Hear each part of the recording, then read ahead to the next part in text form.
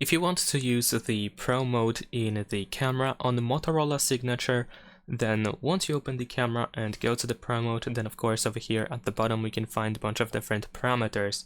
So if you don't know what they do, then let me quickly explain. We're gonna start from the left side. Over here we have AF, which is automatic focus, so usually just F means the focus.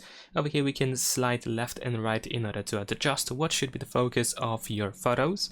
So the closer you are to the left side, the more you focus on small subjects right in front of you, and the more we move to the right, the more we just keep everything sharp on these photos, or we move just further, the focus moves further to the background. Now, there is also WB, which is the white balance, and it adjusts the color temperature, so whites look white and colors look natural. We can move left and right over here in order to adjust it quite easily. Of course, we can move all the way to the left in order to set it to automatic, just like in the case of the focus.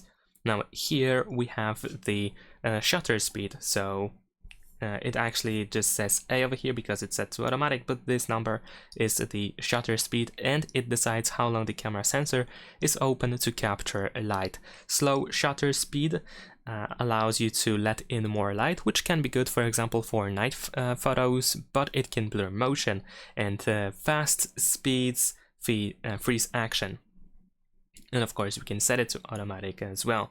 Then we have the ISO, and it controls how sensitive the sensor is to light. Low ISO keeps your photo clear in bright light, and higher ISO helps you in low light, but it can add grain if you use too much grain or noise to your photos.